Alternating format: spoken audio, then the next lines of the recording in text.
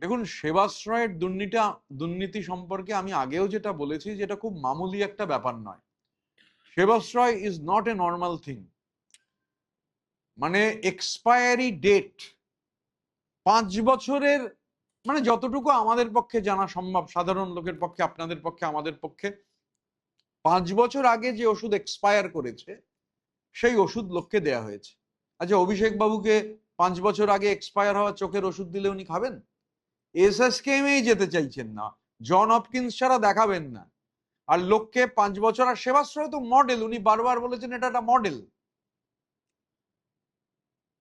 স্বাভাবিকভাবে, এবং ধরুন মানুষের অঙ্গহানি হয়েছে, যারা ডাক্তার নন তারা হচ্ছে বাধ্য হয়েছেন, মানে ডাক্তারি ডিগ্রি নেই।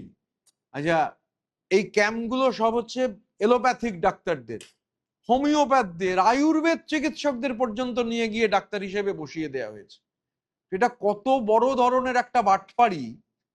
এবং সেবাশ্রয়, এবং আমি এখন তো শুনছি যে আলট্রাসোনোগ্রাফিক মেশিন, এক্স রে মেশিন, এগুলো নিয়েও, ধরুন আলট্রাসোনোগ্রাফি মেশিন, আমার মানে ফার্মাসির কোনো বিরাট অভিজ্ঞতা নেই, কিন্তু কমন অভিজ্ঞতা থেকে ধরুন, মানে নানান ধরনের মেশিন, এই যে আমি বলেছিলাম আমি যেখানে চোখ দেখাই নেত্রালয়ামে, চোখেরও এনজিও হয়। আমার রেগুলার ইন্টারভ্যালে বাঁ চোখের এই পরীক্ষাটা করাতে হয়, আমার বাঁ চোখের একটু সমস্যা রয়েছে।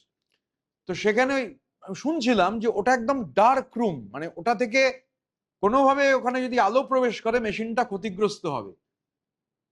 নানান ধরনের আলট্রাসোনোগ্রাফি মেশিন, শোনা যাচ্ছে এমআরআই মেশিন, এগুলো নাকি সরকারি হাসপাতাল থেকে বার করা হয়েছে।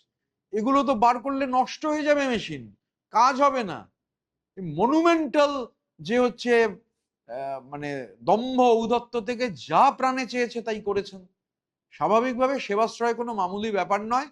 আর এই যে হাওড়ার বালিতে যে কোটি কোটি টাকার বিদেশি ওষুধ ওই আরেকজন ম্যান ফ্রাইডে কৈলাস তার গোডাউন থেকে উদ্ধার হয়েছিল, বা মাটির তলা থেকে যে ওষুধ পাওয়া যাচ্ছে, এক্সপায়ারি ডেট, এই বিদেশি ওষুধের আদেও কোনো বাস্তবতা আছে কিনা, এগুলো জাল ওষুধ না সত্যিকারের ওষুধ, সেবাশ্রয় কোনো মামুলি ব্যাপারই নয়।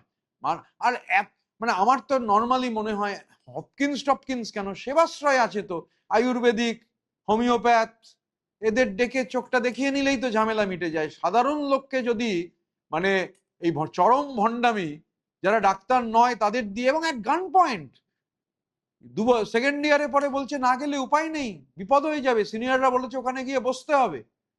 এবং স্বাভাবিকভাবে এই গোটা বিষয়টা খুব সিরিয়াস তদন্তের আওতায় আসা উচিত। সেবাশ্রয় কিন্তু খুব মামুলি একটা ব্যাপার নয়। এবং আমি ব্যক্তিগতভাবে মনে করি, আমি ভুল হতে পারি, আমি তো আমার চিঠিতে এটা উল্লেখ থাকছে যে সেবাশ্রয়ের সঙ্গে মানি লন্ডারিং এরও একটা সম্পর্ক রয়েছে। এটা খুব সূক্ষ্মভাবে নানান ধরনের সংস্থা কলকাতায় আছে। ত্রিবলি কোর্টের উল্টো দিকের রাস্তায় একটা অফিস আছে, সেই অফিসকে স্ক্যানারের আন্ডারে আনা উচিত। সেই অফিসের সেবাশ্রয়ে কি রোল রয়েছে, এগুলো সব খুব জরুরি। তো এটা পূর্ণাঙ্গ, মানে আমাদের কারুর পক্ষেই এই তদন্ত করা সম্ভব না, এই তদন্তটা একমাত্র সম্ভব কম্পিটেন্ট এজেন্সির দ্বারা। আমরা দৃঢ় বিশ্বাসী যে সঠিক তদন্ত হবে এবং everybody should be ব্রট to justice.